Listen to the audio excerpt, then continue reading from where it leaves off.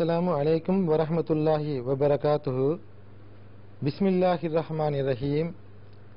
நேரிய வழி மக்கள் பெற வேண்டும் என்ற காரணத்திற்காக இந்த நேரிய வழி நிகழ்ச்சியின் மூலமாக நாம் மீண்டும் சந்திக்கின்றோம்.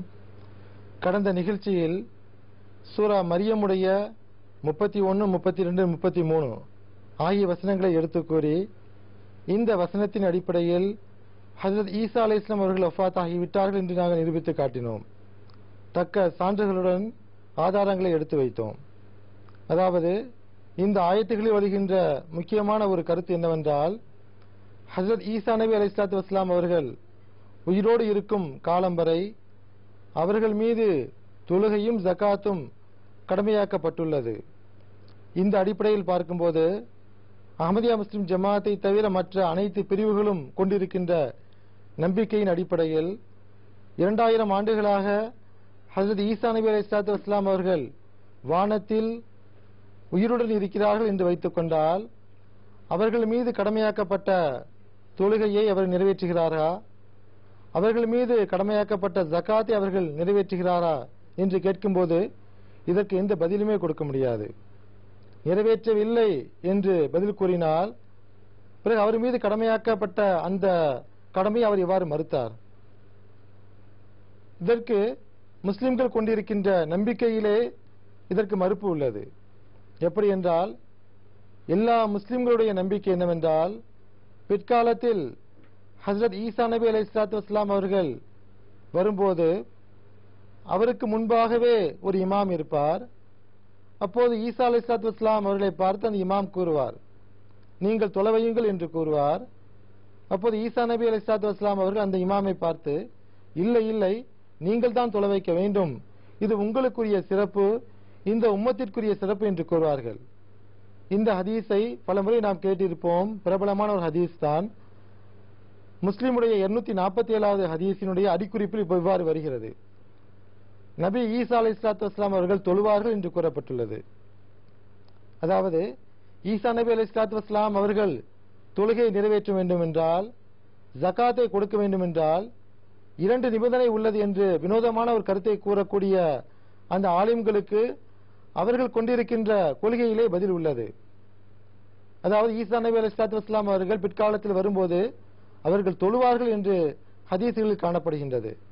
அந்த ஹதீஸ் சஹீஹான ஹதீஸ் தான், உண்மையான ஹதீஸ் தான். அது எல்லா முஸ்லிம்களுமே ஒப்புக்கொள்கிறோம். ஆக அஹ்மதியா முஸ்லிம் ஜமாத்தை தவிர மற்ற அனைத்து பிரிவுகளும் 72 பிரிவுகளும் கொண்டிருக்கின்ற ஒரு நம்பிக்கையில் அவர்கள் கொண்டிருக்கிற இன்னொரு நம்பிக்கை அதை பொய்ப்படுத்தி காட்டிவிடுகின்றது. ஈசா நபிக்கு ஜகாத் தேவையில்லை, தொழுகை தேவையில்லை என்று நீங்கள் கூறுவீர்கள் என்றால் உங்களது இன்னொரு கொள்கை, இன்னொரு ஈமானை அதை பொய்ப்படுத்தி விடுகின்றது. இதே போன்று சூரா மரியமுடைய 34 மற்றும் 35ஆம் வசனத்தில் இவ்வாறு வருகிறது, ஈசா நபி அலைஹிஸ்ஸலாத்து வஸ்ஸலாம் அவர்கள் இவ்வாறு கூறுவார்கள், வஸ்ஸலாமு அலைய யௌம உலித்து வயோம அமூத்து வயோம உபஅஸு ஹய்யா ஸாலிக ஈஸா இப்னு மரியம் கௌலுல் ஹக்கில் லதி ஃபீஹி யம்தரூன். ஹஜ்ரத் ஈசா அலைஹிஸ்ஸலாத்து வஸ்ஸலாம் அவர்கள் இவ்வாறு கூறுவார்கள், நான் பிறந்த நாளிலும் என் மீது சமாதானம் நிலவியது, நான் இறக்கின்ற நாளிலும் நான் மீண்டும் உயிரோடு எழுப்பப்படுகின்ற நாளிலும் என் மீது சமாதானம் நிலவும். அதன் பிறகு இந்த கூற்று ஈசா நபி அலைஹிஸ்ஸலாத்து வஸ்ஸலாமுடைய கூற்றாகும். அதன் பிறகு அல்லாஹ் கூறுகின்றான், ஈசா நபி தொடர்பாக நீங்கள் கொண்டிருக்கின்ற விஷயத்தில் இதுதான் உண்மையான விஷயமாகும், இவர்தான் உண்மையான ஈசாவாகும், இவரே ஈசாவாகும். அதாவது ஈசா நபி அலைஹிஸ்ஸலாத்து வஸ்ஸலாம் அவர்கள் வானத்திற்கு உயர்த்தப்பட்டார்கள், பிற்காலத்தில் வானத்தில் இருந்து அப்படியே இறங்குவார்கள் என்ற கருத்து தவறான கருத்தாகும். அல்லாஹ் கூறுகின்றான், இவரே ஈசாவாகும், ஈசா நபியை பற்றிய உண்மையான சம்பவம் இதுவே ஆகும். அந்த மக்கள் கொண்டிருக்கின்ற கருத்து வேறுபாட்டில் உண்மையான நிலை இதுவே ஆகும் என்று அல்லாஹ்வே விளக்கம் கொடுக்கின்றான். என்னுடன் இந்த நிகழ்ச்சியில் பதில் கொடுப்பதற்காக, விளக்கம் கொடுப்பதற்காக மௌலவி ஓய முஸமில் அஹ்மத் சாப் அவர்கள் இருக்கிறார்கள். இந்த மரியமுடைய 34 மற்றும் 35ஆம் வசனத்திற்கு விளக்கம் கொடுக்கும்போது அல்லாஹ்வே பதிலை கூறிவிடுகின்றான். ஈசா நபி தம்மை பற்றி கூறும்போது, நான் பிறந்த நாளில் என் மீது சமாதானம் நிலவியது, நான் இறக்கப் போகின்ற நாளிலும் நான் மீண்டும் எழுப்பப்படுகின்ற நாளிலும் என் மீது சமாதானம் நிலவும் என்று கூறுகிறார்கள்.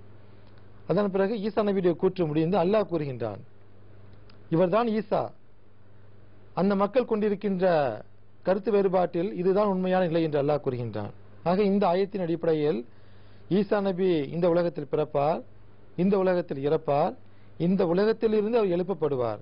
அந்த 3 நிலையிலும் அவர் மீது சமாதானம் நிலவும். இது தவிர வேறு எந்த ஒரு கருத்தும் கிடையாது.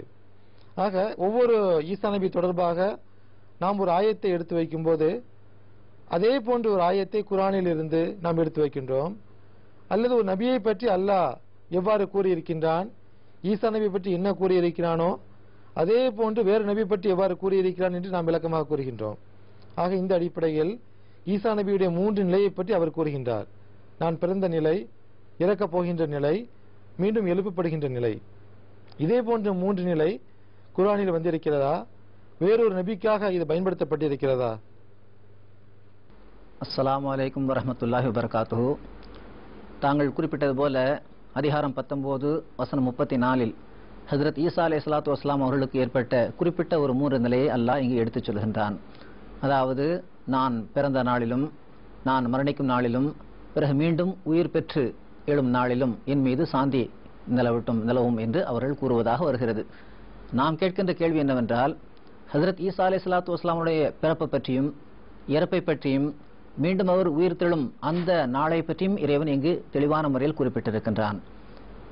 இந்த முஸ்லிம்கள் நம்புவது போல ஹஜ்ரத் ஈசா அலைஹிஸ்ஸலாத்து வஸ்ஸலாம் அவர்கள் சிலுவை சம்பவத்தில் ஆள்மாறாட்டம் செய்யப்பட்டார். அவருக்கு பதிலாக இன்னொரு யூதன் தான் அவருடைய உருவத்தை பெற்றான். அவரைத்தான் மக்கள் பிடித்து அறைந்தார்கள்.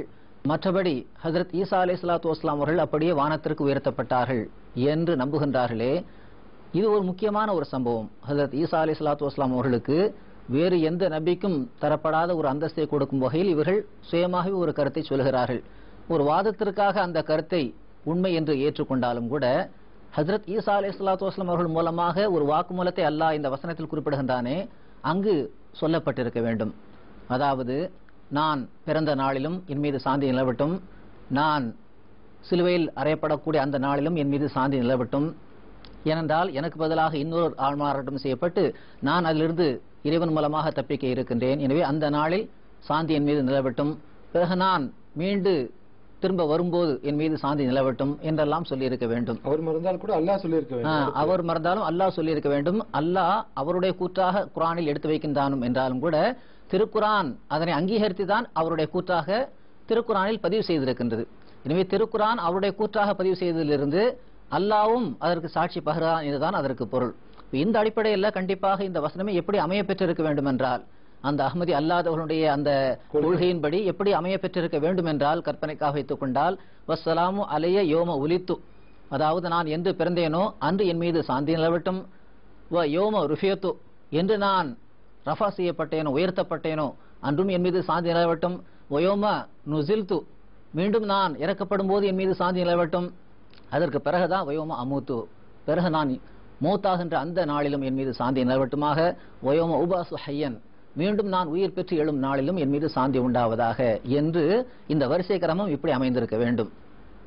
ஒரு வாதத்திற்காக வைத்துக் கொண்டார் சொல்ல வேண்டிய இடமே இதுதான். ஆனால் இந்த குறிப்பிட்ட சம்பவம் என்று இந்த மக்கள் கற்பனையாக கருதுகின்றார்களே, அந்த குறிப்பிட்ட சம்பவம் உண்மையிலே நடந்திருக்கும் என்றால், ஹஜ்ரத் ஈசா அலைஹிஸ்ஸலாத்து வஸ்ஸலாம் அவர்கள் மூலமாக இறைவன் கொடுத்திருக்கின்ற இந்த வாக்குமூலத்தில் நிச்சயமாக அதனையும் சேர்த்திருப்பான். அதாவது அவர் இப்படி சொன்னார் என்று இறைவன் திருக்குர்ஆனில் பதிவு செய்திருப்பான். ஆனால் அதற்கு எந்த விதமான ஒரு சொல்லையும் நாம் திருக்குர்ஆனில் காண முடிவதில்லை.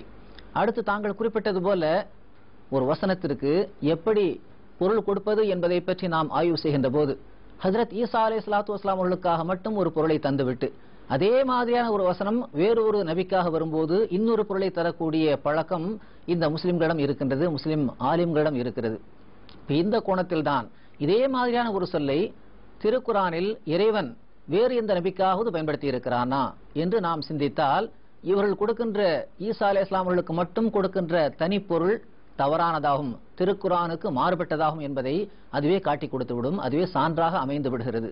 இதற்கு நாம் பல உதாரணங்களை நம்முடைய விவாதங்களில் எடுத்து வைத்திருக்கின்றோம். இந்த அடிப்படையில் இதே சூரா மரியமில், அதாவது 19வது அதிகாரம் வசனம் 16 இவ்வாறு வருகிறது. அல்லாஹ் ஹஜ்ரத் யஹ்யா அலைஹிஸ்ஸலாத்து வஸ்ஸலாம் அவர்களை பற்றி இவ்வாறு சொல்கின்றான், வசலாமுன் அலைஹி யோம உலித வயோம யமூத்து வயோம யுபஅசு ஹய்யா. அதே சொற்கள் தான். அதாவது யோம உலித, அதாவது பிறந்த நாள், இறந்த நாள், பிறகும் உயிர் பெற்று எழும் நாள். எப்படிப்பட்ட ஒரு மூன்று நிலையை ஹஜரத் ஈசா அலைஹிஸ்ஸலாம் அவர்களுக்காக இறைவன் திருக்குரானில் கையாண்டு இருக்கின்றானோ, அவருடைய வாக்கு மூலமாக பதிவு செய்திருக்கின்றானோ, அதே மாதிரியான ஒரு சொல்லையும் அதே மாதிரியான வரிசை கிரமத்தையும் தான் ஹஜரத் யஹ்யா நபி அலைஹிஸ்ஸலாத்து வஸ்ஸலாம் சொன்னதாகவும் இறைவன் திருக்குரானில் பதிவு செய்திருக்கின்றான். அதிலும் கூட இந்த மூன்று நிலை தான் வருகிறது. ஒன்று பிறந்த நாள், இன்னொன்று இறந்த நாள், பிறகு மீண்டும் உயிர் பெற்று எழும் நாள். எனவே இதே மாதிரி இந்த இரண்டையும் நாம் ஒப்பிட்டு பார்க்கின்ற போது எத்தகைய ஒரு மூன்று நிலையை ஹஜரத் யஹ்யா நபி அலைஹிஸ்ஸலாத்து வஸ்ஸலாம் அவர்கள் கடந்து சென்றார்களோ, அதே மாதிரியான ஒரு மூன்று நிலையைத்தான் ஹஜரத் ஈசா அலைஹிஸ்ஸலாத்து வஸ்ஸலாம் அவர்களும் கடந்து சென்றிருக்கிறார்கள். அதாவது அவருடைய பிறந்த நாள், இன்னொன்று அவர் மரணிக்கும் நாள், இன்னொன்று அவர் மீண்டும் உயிர் பெற்று எழும் நாள். இந்த மூன்று நாளிலும் அவருக்கு சாந்தி நிலவியது. எவ்வாறு யஹ்யா நபி அலைஹிஸ்ஸலாம் அவர்களுக்கு சாந்தி நிலவியதோ அதே போன்று என்றுதான் நாம் பொருள் கொடுக்க முடியுமே தவிர, வானத்துக்கு சென்றதாக இருப்பார் என்றால், மீண்டும் வானத்திலிருந்து அவர் இறங்குவதாக இருந்தால், கண்டிப்பாக அந்த முக்கிய காலகட்டத்தை இறைவன் ஹஜரத் ஈசா அலைஹிஸ்ஸலாம் அவர்களுக்காக சொல்லி இருக்க வேண்டும். யஹ்யா நபி அலைஹிஸ்ஸலாம் அவர்களுக்கான அந்த வரிசை கிரமத்தை விட சற்று அது மாறுபட்டு இருக்க வேண்டும். அப்ப இரண்டையும் ஒன்றாக சொன்னதிலிருந்தே அந்த இருவேறு அந்த நபிக்கும் அந்த இரண்டு நபிமார்களுக்கும் என்ன நிலை ஏற்பட்டதோ அதே தான் ரெண்டு பேருக்கும் சரிசமமாக ஏற்பட்டிருக்கிறது.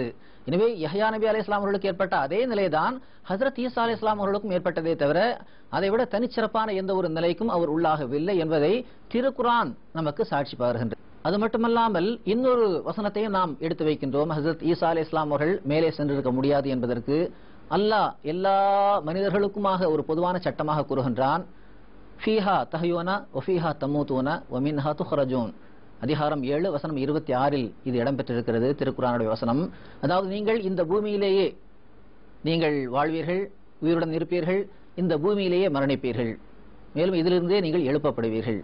இது எல்லா மனிதர்களுக்கும் மக்களுக்கும் சொன்ன ஒரு பொதுவான சட்டமாக இறைவன் திருக்குரானில் பதிவு செய்திருக்கின்றார். ஈசா நபிக்கு சொன்ன அதே இதான் மூணு காலம் வருது. இதுல 3 காலம் வருகிறது. அதாவது நீங்கள் வாழ்வீர்கள் என்றால் இந்த பூமியில் தான் வாழ வேண்டும். அதே போன்று நீங்கள் மரணிப்பீர்கள், மரணிப்பதும் இந்த பூமியில் தான், மேலும் இதிலிருந்து நீங்கள் எழுப்பப்படுவீர்கள். ஆக வாழ்வது, மரணிப்பது, மீண்டும் எழுப்பப்படுவது, இந்த 3 நிலையும் இறைவன் எல்லா மக்களுக்கும் ஒரு பொதுவான விதிமுறையாக எடுத்துக் கூறுகின்றான். அப்போ ஏற்கனவே யஹ்யா நபி அலைஹிஸ்ஸலாம் அவர்களோடும் இறைவன் ஒரு பக்கம் ஒப்பிட்டு சொல்கிறான், இன்னொரு பக்கம் எல்லா மனித குலத்திற்கும் இதுதான் சட்டம் என்றும் கூறுகின்றான்.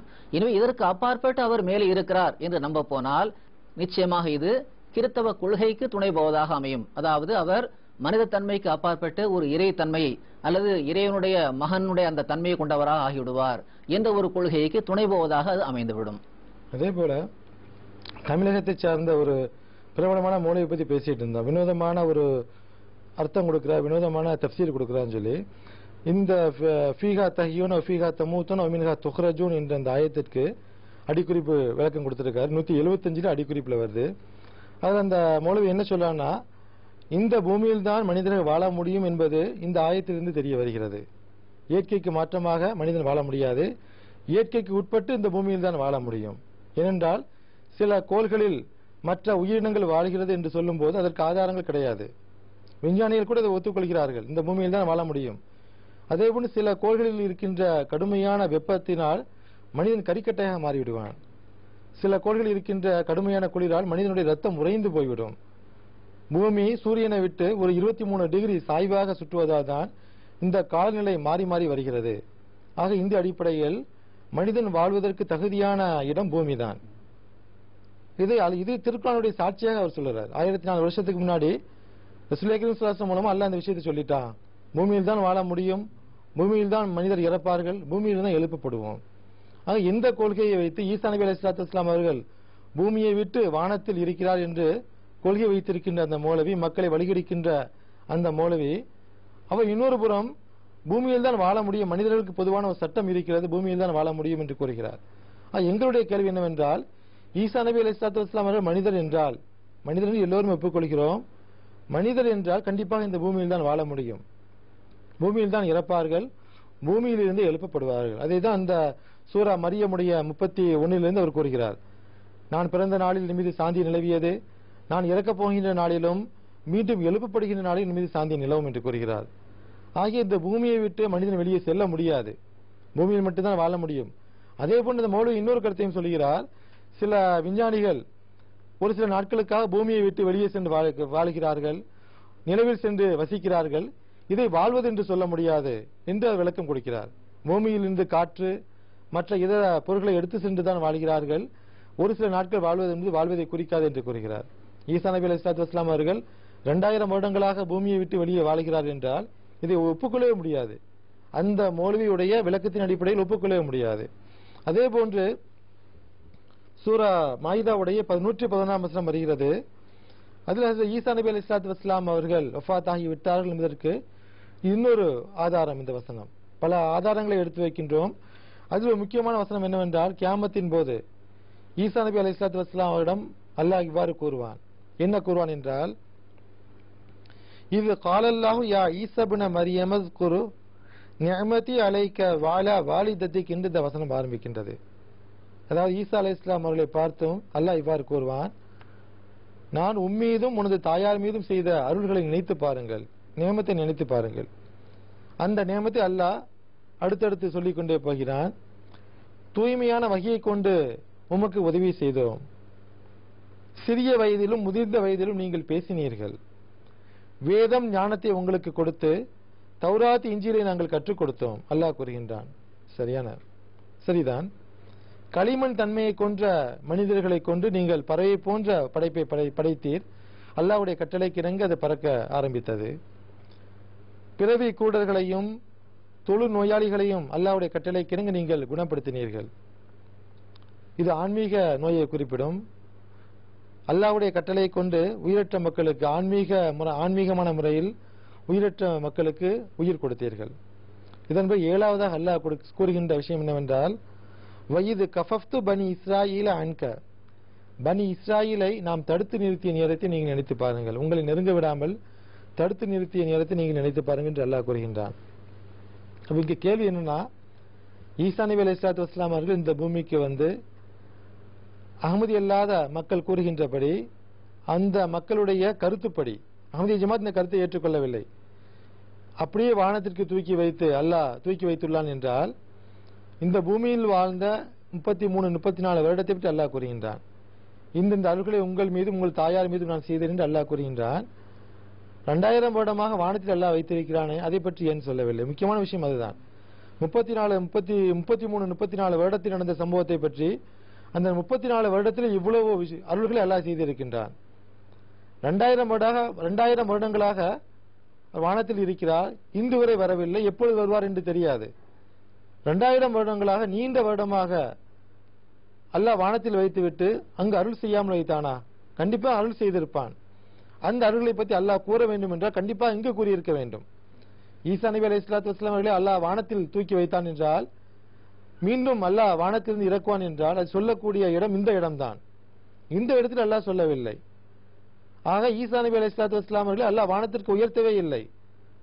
உயர்த்தினான் என்றால் கண்டிப்பா அல்லாஹ் இந்த இடத்தை சுட்டி காட்டியிருப்பான். அல்லாஹ் கண்டிப்பாக மறந்திருக்க மாட்டான்.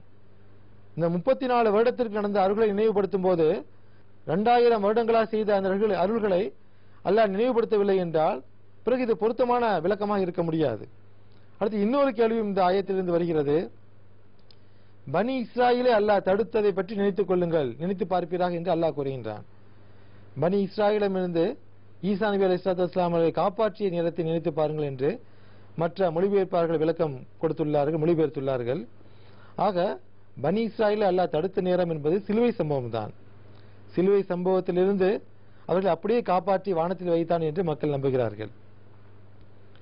அஹ்மதியா முஸ்லிம் ஜமாத்தினுடைய கேள்வி என்னவென்றால், பனி இஸ்ராயீலிடமிருந்து அல்லாஹ் காப்பாற்றினான் என்றால் ஒரு அடி கூட படாமல் ஒரு காயம் கூட ஏற்படாமல் அப்படியே தூக்கி வானத்திற்கு வைத்து விட்டான் என்றால் அதற்கு தான் அல்லாஹ் வயது கஃபஃப்து என்று அல்லாஹ் கூறுகிறான் என்றால், தடுத்து நிறுத்திய நேரத்தை நினைத்து பாருங்கள் என்று கூறுகிறான் என்றால், இதேபோல் நம்பிக்கையாளரை பற்றி அல்லாஹ் திருக்குறானில் கூறுகின்றான். அதுவும் இதே சூராதான் 12ஆம் வசனம், மாயிதாவுடைய 12ஆம் வசனம். அது நம்பிக்கையாளரை பற்றி அல்லாஹ் கூறுகின்றான், நம்பிக்கை கொண்ட மக்களே, ஒரு சமுதாயத்தினர் உங்களுக்கு எதிராக கைகளை நீட்டிய விரும்பிய போது நாம் அவர்களை தடுத்தோம் என்று அல்லாஹ் கூறுகின்றான். இந்த ஆயத்திலும் ஃபகஃப ஐதியகும் அன்கும் என்று அல்லாஹ் கூறுகின்றான், கைகளை தடுத்த போது என்று கூறுகின்றான். அப்ப இந்த ஆயத்தின் அடிப்படையில் நம்பிக்கையாளர்களுக்கு ஒரு காயம் கூட ஏற்படவில்லையா? நம்பிக்கையாளருக்கு ஒருவர் கூட அடிபடவில்லையா? எத்தனையோ நம்பிக்கை கொண்ட சஹாபாக்கள் காயமுற்றார்கள், கடுமையான காயமுற்றார்கள், ஷஹீதானார்கள். ஆக அல்லாஹ் தடுத்தான் என்று சொல்லும்போது அப்படியே தூக்கி வானத்திற்கு வைத்து விட்டான் என்று பொருள் கொடுக்கவே முடியாது. ஈசா நபி அலைஹிஸ்ஸலாத்து வஸ்ஸலாம் அவர்களுக்கு பொருள் கொடுக்கும்போது அந்த கஃப என்ற வார்த்தை வருகிறது. அல்லாஹ் காப்பாற்றி அப்படியே வானத்திற்கு தூக்கி வைத்து விட்டான் என்று நீங்கள் அஹ்மதியா ஜமாத்தை தவிர மற்ற அனைத்து பிரிவுகளும் நம்பிக்கை கொள்ளும் என்றால் எந்த நம்பிக்கையாளருக்கும் அடிபடவில்லை. ரசூலுல்லாஹி கரீம் ஸல்லல்லாஹு அலைஹி வஸல்லம் காலத்தில் எந்த நம்பிக்கை கொண்டவருக்கும் காயம் ஏற்படவில்லை. அப்படியே அல்லாஹ் எல்லா நம்பிக்கையாளரையும் வானத்தில் தூக்கி வைத்து விட்டான் என்று நம்பத்தான் வேண்டும். நம்பிக்கையாளர்களுக்கு சஹாபாக்களுக்கு காயமுற்றார்கள், சஹாபாக்கள் அடிபட்டார்கள், ஷஹீதானார்கள். ஆனால் பெரும்பான்மையான சஹாபாக்களை அல்லாஹ் காப்பாற்றி விட்டான். இதுதான் கருத்து. ஈசா நபி அலைஹிஸ்ஸலாத்து வஸ்ஸலாம் அவர்களை அல்லாஹ் காப்பாற்றினான் என்று சொல்லும்போது, பனி இஸ்ராயீலை அல்லாஹ் தடுத்தான் என்று சொல்லும்போது உயிரை காப்பாற்றினான் என்று தான் சொல்ல வேண்டும். சிலுவை சம்பவம் நடைபெற்றது, சிலுவையில் அறையப்பட்டார்கள். இது பற்றி நாம் முந்தைய நிகழ்ச்சியில் பேசிவிட்டோம். சிலுவையில் அறையப்பட்டார்கள், ஆனால் உயிர் போகவில்லை, அல்லாஹ் காப்பாற்றி விட்டான். இந்த சம்பவத்தை தான் அல்லாஹ் கூறியிருக்கிறான். ஆக நிஜமாகவே அவர்கள் சிலுவையில் அறையப்பட்டார்கள் என்றால் இந்த இடத்தில் அல்லாஹ் சுட்டி காட்டியிருக்க வேண்டும். சிலுவையில் அறைந்து அந்த மக்கள் உங்களை கொல்ல நினைத்தார்கள், அல்லாஹ் அப்படியே வானத்திற்கு தூக்கி வைத்து விட்டான் என்று அந்த வானத்திற்கு தூக்கி வைத்து அல்லாஹ் சுட்டி காட்ட வேண்டிய இடம் இதுதான். ஆனால் சுட்டி காட்டவில்லை. நாம் ஆரம்பத்திலிருந்து சொல்லி இருப்பது போன்று ஈசா நபி பற்றி ஒரு விளக்கம் அஹ்மதியா முஸ்லிம் ஜமாத் கொடுக்கிறது என்றால் திருக்குர்ஆனிலிருந்து ஆதாரத்தை எடுத்து வைத்து கொடுக்கிறது. திருக்குர்ஆனில் மற்ற நபிமார்களுக்கு எவ்வாறு வந்து இருக்கிறது என்பதை சுட்டிக்காட்டி அதை ஆதாரமாக அஹ்மதியா முஸ்லிம் ஜமாத் தருகிறது. அஹ்மதியா முஸ்லிம் ஜமாத்தை மறுக்கின்ற இந்த மக்கள் வெறுமனே மறுத்துக் கொண்டே செல்கிறார்கள். இன்ன நபிக்கு இவ்வாறு வந்துள்ளது, இந்த அடிப்படையில் ஈசா நபிக்கு இவ்வாறு பொருந்தும் என்று ஒரு பொருத்தத்தை அவர்கள் எடுத்து காட்டவே முடியாது. ஆக இந்த அடிப்படையில் ஈசா நபிக்கு வந்ததை போன்று ஒரு சம்பவத்தை திருக்குர்ஆனில் வேறு நபிக்கு அல்லாஹ் சுட்டி காட்டியிருக்கிறானா என்பதை பற்றி சொன்னால் மக்கள் புரிந்து கொள்ளக்கூடிய மக்களுக்கு எளிதாக புரிந்து கொள்வார்கள். நாங்கள் குறிப்பிட்டது போல ஹஜரத் ஈசா அலைஹிஸ்ஸலாத்து வஸ்ஸலாம் அவர்களை பனி இஸ்ராயலிலிருந்து அல்லாஹ் காப்பாற்றினான், அதாவது தடுத்தான் என்ற வார்த்தை வருகிறது. கஃபஃப்து என்ற வார்த்தை வருவதாக தாங்கள் குறிப்பிட்டிருந்தீர்கள். கஃபஃப்து என்று சொன்னால் அந்த பனி இஸ்ராயலிடமிருந்து, இஸ்ரவேல் சமுதாயத்திடமிருந்து உம்மை இறைவன் காப்பாற்றினான். இதே மாதிரி நம்பிக்கையாளர்களுக்காகவும் இதே கஃபா என்ற வார்த்தை வருகிறது. அப்ப அங்கேயும் கூட இறைவன் உம்மை காப்பாற்றினான், தடுத்தான் என்று தான் பொருள்படுகின்றது. எனவே கஃபா என்று சொன்னால் உண்மையிலேயே ஒரு அடியும் படாம காப்பாற்றினான் என்பது அல்ல. ஏனென்றால் நிச்சயமாக நம்பிக்கையாளர்கள் அடியும் பட்டிருக்கிறார்கள், இறைவழியில் அவர்களுக்கு சேதமும் ஏற்பட்டிருக்கிறது, காயப்பட்டும் இருக்கின்றார்கள். எனவே ஒரு சிறிய காயம் ஏற்படுவது என்பது அப்ப இதனால இந்த கஃபா என்ற வார்த்தைக்கு தவறானதாக ஆகிவிடாது. அதாவது பனி இஸ்ராயலிடமிருந்து நாம் உம்மை காப்பாற்றினோம் என்று சொன்னால் எந்த ஒரு காயம் கூட ஏற்படாத அளவுக்கு முழுமையான முறையில் அப்படியே காப்பாற்றினோம் என்ற அர்த்தம் கொடுக்க அவர்கள் முனைவதற்கு காரணமே அந்த சிலுவை சம்பவத்தில் ஆள்மாறாட்டம் செய்யப்பட்டது என்ற ஒரு தவறான பொருளை கொடுத்து வச்சிருக்கிறாங்க இல்லையா. அந்த ஆள்மாறாட்டம் என்ற அந்த கட்டுக்கதையை அவர்கள் நியாயப்படுத்துவதற்காகத்தான் கஃபஃப்து என்பதற்கும் முழுமையான முறையில் உம்மை காப்பாற்றினோம் என்ற ஒரு கருத்தை கொடுப்பதற்கு அவர்கள் முனைகிறார்கள். எனவே அந்த அர்த்தம் அல்ல என்பதை தாங்கள் தெளிவான முறையில் எடுத்துரைத்தீர்கள். அதே போன்று நாம் ஆராய்ச்சி செய்வது போல ஒரு நபிக்காக ஒரு வார்த்தை வரும்போது அதே மாதிரியான ஒரு வார்த்தை, அதே மாதிரியான ஒரு கருத்தை கொண்ட ஒரு சொல் இன்னொரு நபிக்காக வரும்போது அப்ப அந்த அர்த்தத்தை நாம் கொடுக்க முடியுமா என்று பார்க்க வேண்டும். அப்படி அந்த அர்த்தத்தை கொடுக்க முடியாவிட்டால் நீங்கள் ஈசாவுக்காக தனிப்பட்ட முறையில் ஒரு அர்த்தம் கொடுப்பது தவறு என்பது அதிலிருந்தே நிரூபணமாகிவிடும். இந்த கோணத்தில் நாம் சிந்திக்கின்ற போது ஹஜ்ரத் ரசூலுல்லாஹ் ஸல்லல்லாஹு அலைஹி வஸல்லம் பற்றி அல்லாஹ் திருக்குர்ஆனில் 5வது அதிகாரம் 68வது வசனத்தில் கூறுகின்றான், வல்லாஹு யாசிமுக மினன் நாஸ், அதாவது அல்லாஹ் உம்மை மக்களிடமிருந்து காப்பாற்றுவான். அப்ப ரசூல் ஸல்லல்லாஹு அலைஹி வஸல்லம் அவர்களுக்காக அல்லாஹ் கொடுத்த ஒரு வாக்குறுதி, மக்களிடமிருந்து நாம் உம்மை காப்பாற்றுவேன். அப்ப மக்களிடமிருந்து நாம் உம்மை காப்பாற்றுவேன் என்று சொன்னால் எந்த விதமான ஒரு அடிதடியும் இல்லாத அளவுக்கு, சின்ன ஒரு காயம் கூட ஏற்படாத அளவுக்கு காப்பாற்றுவேன் என்று இதற்கு பொருள் அல்ல. ஈசா நபிக்கு அல்லாஹ் எந்த வாக்குறுதியும் கொடுக்கவில்லை. ஈசா அலைஹிஸ்ஸலாம் அவர்களுக்கு எந்த வாக்குறுதியும் கொடுக்காத பட்சத்தில் கூட அவர்கள் அப்படிப்பட்ட ஒரு தவறான கருத்தை கொடுக்க முனைகிறார்கள். ஆனால் இங்கு அல்லாஹ்வோ ஒரு வாக்குறுதி வழங்கி இருக்கிறான் ஹஜ்ரத் ரசூலுல்லாஹ் ஸல்லல்லாஹு அலைஹி வஸல்லம் அவர்களுக்காக. அப்ப ரசூல் ஸல்லல்லாஹு அலைஹி வஸல்லம் அவர்களுக்காக இந்த வாக்குறுதியை வழங்கியிருந்த போதிலும் கூட நாம் இஸ்லாமிய வரலாற்றில் பார்க்கின்றோம், பதர் போரில் அவர்கள் மிக அதிகமான முறையில் கஷ்டப்பட்டார்கள், உஹது போரில் அவருடைய பல் ஷஹீதானது என்று கூட நாம் வரலாற்றில் பார்க்கின்றோம்.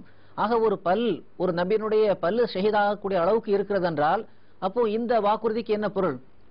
அல்லாஹ் உம்மை அவரிடமிருந்து காப்பாற்றினான் என்று சொன்னால் அப்ப இந்த வசனத்திற்கு மாறுபட்டதாக அது அமைந்து விட்டதா? அப்போ ஒரு நபியினுடைய ஒரு பல் கீழே விழுவது, அது ஷஹீதாவது என்பது அல்லாஹ் உம்மை காப்பாற்றுவான் என்பதற்கு மாறுபட்டதாக அது அமையாது என்பதை எல்லா முஸ்லிம் அறிஞர்களும் ஒப்புக்கொள்வார்கள். ஒரு பாமர முஸ்லிமும் இதனை தெரிந்து கொள்வார், ஒப்புக்கொள்வார். ஏனென்றால் அல்லாஹ் உம்மை காப்பாற்றுவான் என்று சொன்னால் உம்முடைய உயிரை அவர்களால் பறிக்க முடியாது, உம்மை ஒருபோதும் கொலை செய்ய முடியாது. கொலை செய்வதிலிருந்து நாம் உம்மை நிச்சயமாக காப்பாற்றுவேன் என்ற ஒரு பொருள்தான் இது தருகிறதே தவிர சொல்லடி கல்லடி ஆகியவற்றிலிருந்து கூட முழுமையான முறையில் உம்மை காப்பாற்றுவேன் என்ற பொருள் படாது.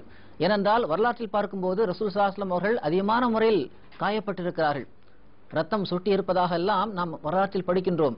எனவே அப்படி இருக்கும்போது இந்த வசனத்துக்கு நாம் என்ன பொருள் கொடுக்க முடியும்?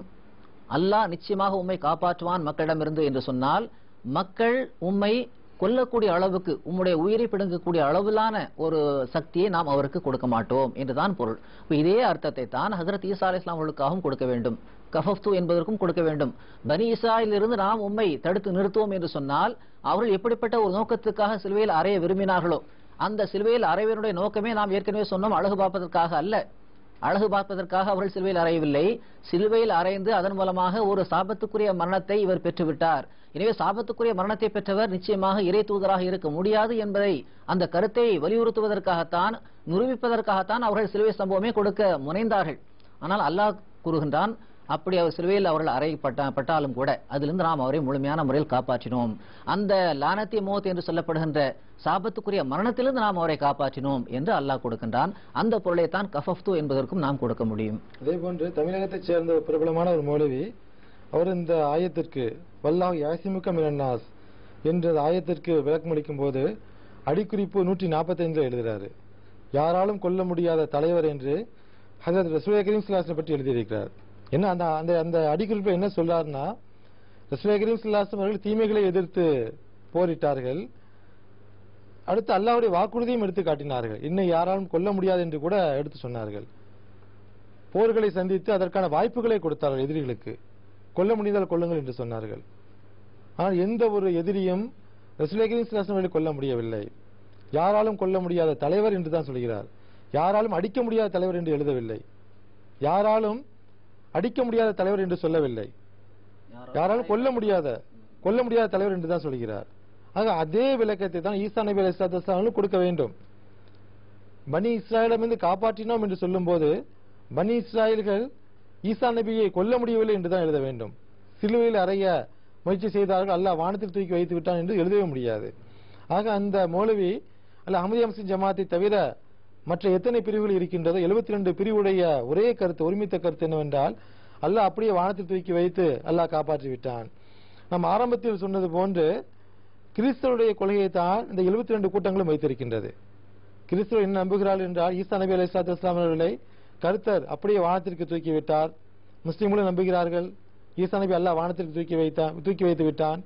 பிற்காலத்தில் ஈசா நபி அலைஹிஸ்ஸலாத்து வஸ்ஸலாம் அவர்களை கர்த்தர் வானத்திலிருந்து இறக்குவார், முஸ்லிம்கள் நம்புகிறார்கள். அதே போன்று ஆள் மாறாட்டம் நடந்தது என்று முஸ்லிம்கள் நம்புகிறார்கள். இது கூட கிறிஸ்தவ கொள்கை தான். எப்படி என்றால், உதாரணமாக கிறிஸ்தவருடைய ஒரு அடிப்படை கொள்கை என்னவென்றால், ஆதாம் செய்த பாவத்திற்கு பரிகாரமாக இயேசு கிறிஸ்து தனது இரத்தத்தை சிந்தினார் என்று கூறுகிறார்கள். ஆதாம் செய்த பாவத்திற்கு இயேசு ரத்தம் சிந்தினார் என்று நம்புகிறார்கள். ஒருவர் செய்த பாவத்திற்கு இன்னொருவர் தண்டனை பெற்றார் என்று நம்புகிறார்கள். இஸ்லாம் அதை கடுமையாக மறுக்கிறது. ஒருவர் நன்மை, ஒருவர் என்ன செய்கிறாரோ அதற்குரிய கூலி அவருக்கு தான் கிடைக்கும். ரசூலுல்லாஹி கரீம் ஸல்லல்லாஹு அலைஹி வஸல்லம் கூறினார்கள், தந்தை செய்த தவறுக்கு மகன் தண்டிக்கப்பட மாட்டான், மகன் செய்த தவறுக்கு தன் தந்தை தண்டிக்கப்பட மாட்டார். இஸ்லாத்தினுடைய அடிப்படை கொள்கை என்னவென்றால், ஒருவர் தவறு செய்தால் அதற்குரிய தண்டனை அவருக்கு தான் கிடைக்கும். ஆனால் 72 பிரிவுடைய கொள்கை என்னவென்றால், அஹ்மதியா முஸ்லிம் ஜமாத்தை தவிர மற்ற அனைத்து பிரிவுகளுடைய கொள்கை என்னவென்றால், ஈசா நபி அலைஹிஸ்ஸலாத்து வஸ்ஸலாம் அவர்களை சிலுவையில் அறைய மக்கள் தேடும்போது, அந்த பனி இஸ்ராயல்கள் தேடும்போது ஒரு யூதருக்கு அந்த உருவம் கொடுக்கப்பட்டு யூதர் சிலுவையில் அறையப்பட்டார் என்று நம்புகிறார்கள். ஆக இது கூட கிறிஸ்தவ கொள்கைதான். ஆக 72 கூட்டமும் முழுக்க முழுக்க கிறிஸ்தவ மார்க்கத்திற்கு சாதகமான கொள்கையை தான் வைத்துள்ளது. இஸ்லாத்தில் இதற்கு எந்த ஒரு இடமும் கிடையாது. அடுத்து உங்கள் அருமையான கருத்தை சொன்னீங்க. இன்னொரு விஷயத்தையும் இது சம்பந்தமாக நாம் சொல்வது மக்களுக்கு பொருத்தமானதாக இருக்கும் என்று நினைக்கின்றேன். ஹஜ்ரத் ஈசா அலைஹிஸ்ஸலாத்து வஸ்ஸலாம் அவர்கள் இறந்து விட்டார்கள் என்பதற்கான பல சான்றுகளை நாம் எடுத்து வைத்துக் கொண்டிருக்கின்றோம். அதில் ஒன்று புகாரில் 116வது ஹதீஸாக, அதே போன்று 564வது ஹதீஸாகவும் 601வது ஹதீஸாகவும் இடம்பெற்றிருக்கிறது. அதே போன்று முஸ்லிமில் 4963வது வசனம், 4964, 4965, 4966 ஆகிய வசனங்களிலும் இடம்பெற்றிருக்கிறது. இதனுடைய சுருக்கம் என்னவென்றால், இந்த ஹதீஸ் நான் சொன்ன இந்த அத்தனை ஹதீஸினுடைய சுருக்கம் என்னவென்றால், ரசூல் ஸல்லல்லாஹு அலைஹி வஸல்லம் அவர்கள் ஒரு நாள் இஷா தொழுகை தொழுதுவிட்ட பிறகு மக்களை சந்திக்கிறார்கள். இன்றைய இரவை பற்றி உங்களுக்கு தெரியுமா என்று கேட்கிறார்கள்.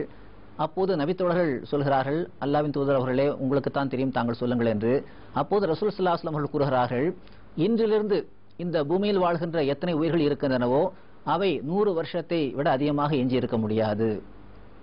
ஆக இன்றிலிருந்து என்று அவர்கள் சொல்கிறார்கள், பூமியில் இருக்கின்ற அத்தனை நஃப்ஸுகளும் உயிர்களும் உயிருள்ள பொருள்களும் உயிரினங்களும் 100 வருஷத்துக்கு அதிகமாக எஞ்சி இருக்க முடியாது என்று ரசூல் ஸல்லல்லாஹு அலைஹி வஸல்லம் அவர்கள் கூறினார்கள். இந்த பூமியில் எஞ்சி இருக்க முடியாது என்றும் கூட சில ஹதீஸ்கள் வருகிறது. எனவே இந்த அடிப்படையில் பூமியில் இருக்க முடியாது என்று தானே இந்த ஹதீஸில் வருகிறது. ஈசா அலைஹிஸ்ஸலாத்து வஸ்ஸலாம் அவர்கள் வானத்தில் தானே இருக்கிறார்கள் என்று கூட ஒரு சப்பைக்கட்டை இந்த ஆலிம்கள் செய்துவிடக்கூடும். எனவே இந்த அடிப்படையிலும் நாம் என்ன பதில் சொல்கிறோம் என்றால், ஹஜ்ரத் ஈசா அலைஹிஸ்ஸலாத்து வஸ்ஸலாம் அவர்கள் வானத்திற்கு சென்றார்கள் என்பதை நீங்கள் முதலில் நிரூபித்து காட்டுங்கள். வானத்துக்கு அவர் சென்றிருப்பார் என்றால் ஈசா அலைஹிஸ்ஸலாத்து வஸ்ஸலாம் அவர்களை விதிவிலக்காக நாம் கொள்ள இடம் இருக்கிறது. ஆனால் நாம் பார்த்த அந்த ஹதீஸின் அடிப்படையிலும் ஏற்கனவே நாம் எடுத்து வைத்த அந்த ஆயத்தின் அடிப்படையிலும் ஃபீஹா தஹயோன், நீங்கள் இங்குதான் வாழ்வீர்கள் என்று, பூமியில் தான் வாழ்வீர்கள் என்று அல்லாஹ் ஒரு பொதுவான விதியாக சொல்லிவிட்டான். எனவே அதற்கு மாற்றமான ஒரு கருத்து கொள்வதற்கு இடமில்லை. எனவே ஈசா அலைஹிஸ்ஸலாத்து வஸ்ஸலாம் அவர்கள் உட்பட எல்லோருமே இந்த பூமியில் தான் வாழ்ந்தார்கள். வானத்திற்கு யாரும் செல்லவே இல்லை.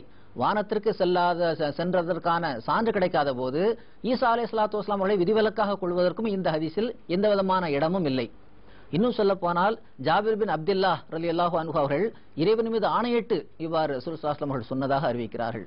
அதாவது 100 ஆண்டு இருக்கும், 100 ஆண்டுக்கு பிறகு எந்த ஒரு உயிரினமும் எஞ்சி இருக்காது என்ற அளவுக்கு இதில் அவர்கள் சொல்கின்றார்கள். அதே போன்று சாலிப் ரலியல்லாஹு அன்ஹு அவர்கள் சொன்னதாக ஒரு ஹதீஸ் வருகிறது. ஹஜ்ரத் நபி ஸல்லல்லாஹு அலைஹி வஸல்லம் அவர்கள், இந்த ஹதீஸ் நம்ம குறிப்பாக ஏன் சொல்கிறோம் என்றால், இந்த மக்கள் ஒரு சப்பைக்கட்டாக சொல்கிறார்களே, ஒரு சாக்கு போக்காக, இது பூமியில் உள்ள மக்களை பற்றி சொல்லப்பட்டிருக்கிறது. ஈசா வானத்தில் அல்லவா இருக்கிறார்கள், அப்ப இந்த அடிப்படையில் அவர் விதிவிலக்கு பெற்றவர் இல்லையா என்று கூட ஒரு கருத்தை எடுத்து வைக்கக்கூடும். அதையும் அடிக்கும் விதமாக இந்த ஹதீஸ் அமைய பெற்றிருக்கிறது. அந்த ஹதீஸில் வருகிறது, ஹஜ்ரத் நபிகள் நாயகம் ஸல்லல்லாஹு அலைஹி வஸல்லம் அவர்கள் ஒருமுறை கூறினார்கள், இன்று உயிர் வாழும் யாரும் ஒரு நூற்றாண்டை விட அதிகமாக எட்ட மாட்டார். இங்கே பூமி என்ற வார்த்தை வரவில்லை, பூமியின் மேற்பரப்பில் என்று பல ஹதீஸ்கள் வருகிறது தான். அப்ப இந்த ஹதீஸ்ல ரசூல் ஸல்லல்லாஹு அலைஹி வஸல்லம் சொல்வதில் இன்றிலிருந்து 100 ஆண்டு வரை உள்ள எந்த ஒரு உயிரினமும் அது அந்த நூற்றாண்டை எட்ட முடியாது. ஆக அதிகபட்சமாக ஒரு நூற்றாண்டு வரை தான் அது வாழ முடியுமே தவிர அதற்கு அப்புறம் அது நிச்சயமாக எஞ்சி இருக்காது என்ற அடிப்படையில் ஒரு பொது விதியாக நபிகள் நாயகம் ஸல்லல்லாஹு அலைஹி வஸல்லம் அவர்கள் கூறியிருக்கிறார்கள். இங்கு நாம் கவனத்தில் கொள்ளத்தக்க விஷயம் என்னவென்றால், ஹஜ்ரத் ஈசா அலைஹிஸ்ஸலாத்து வஸ்ஸலாம் அவர்கள் ஒரு கற்பனைக்காக அவர் உயிருடன் இருந்திருப்பார் என்றால், ரசூல் ஸல்லல்லாஹு அலைஹி வஸல்லம் அவர்கள் என்று இந்த ஹதீஸை சொன்னார்களோ அன்றிலிருந்து 100 ஆண்டுக்கு பிறகாவது அவர் மரணித்திருக்க வேண்டும். அதிகபட்சம் 700 வருஷம், அதிகபட்சம் 700 வருடம். எனவே கண்டிப்பாக அந்த 100 ஆண்டுக்குள் அவர் இறந்திருக்க வேண்டும். எனவே 2000 வருட காலமாக வானத்தில் இருப்பதற்கு எந்த விதமான ஒரு முகாந்திரமும் ஒரு சாட்சியும் எந்த விதமான ஒரு சான்றும் ஆதாரமும் இல்லை என்பதை ஹஜ்ரத் நபிகள் நாயகம் ஸல்லல்லாஹு அலைஹி வஸல்லம் அவர்கள் நமக்கு எடுத்துச் சொல்லி இருக்கிறார்கள். ஆக நாம் எடுத்துச் சொல்வதெல்லாம் சொந்த கருத்து அல்ல, ரசூல் ஸல்லல்லாஹு அலைஹி வஸல்லம் அவர்கள் சொன்ன ஹதீஸிலிருந்து நாம் எடுத்து வைத்திருக்கின்றோம். ஜஸாக்கல்லாஹு மௌலவி சாஹிப். இன்றைய நிகழ்ச்சியில் சூரா மரியமுடைய 31 முதல் 35 வரை வசனங்களை எடுத்து கூறி இந்த ஆயத்தின் அடிப்படையில் ஹஜ்ரத் ஈசா நபி அலைஹிஸ்ஸலாத்து வஸ்ஸலாம் அவர்கள் வஃபாத் ஆகிவிட்டார்கள் என்று கூறினோம். இதுபோன்ற ஆட்சேபனைகளுக்கும் அவ்வப்போது நாங்கள் பதில் சொல்லி வருகின்றோம். அதேபோன்று சூரா மாயிதாவுடைய 111ஆம் வசனத்தை எடுத்து வைத்து அந்த வசனத்தில் ஹஜ்ரத் ஈசா நபி அலைஹிஸ்ஸலாத்து வஸ்ஸலாம் அவர்கள் மீது அல்லாஹ் செய்த அருள்களை அல்லாஹ் வகைப்படுத்தி வருகின்றான். உண்மையாகவே ஈசா நபி அலைஹிஸ்ஸலாத்து வஸ்ஸலாம் அவர்களை அல்லாஹ் வானத்தில் தூக்கி வைத்தான் என்றால், பிற்காலத்தில் வானத்தில் இருந்துதான் இறங்குவார்கள் என்றால் அதை கூற வேண்டிய இடங்கள் இந்த இடங்கள் தான்.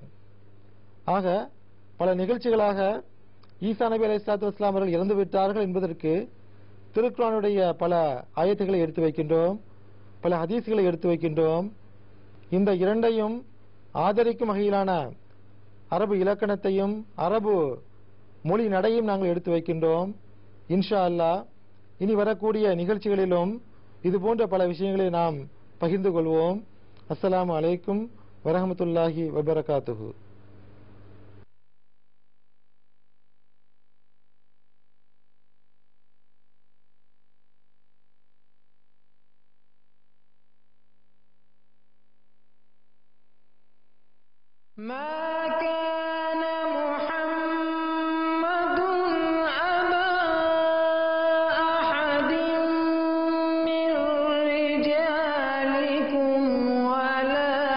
ولكن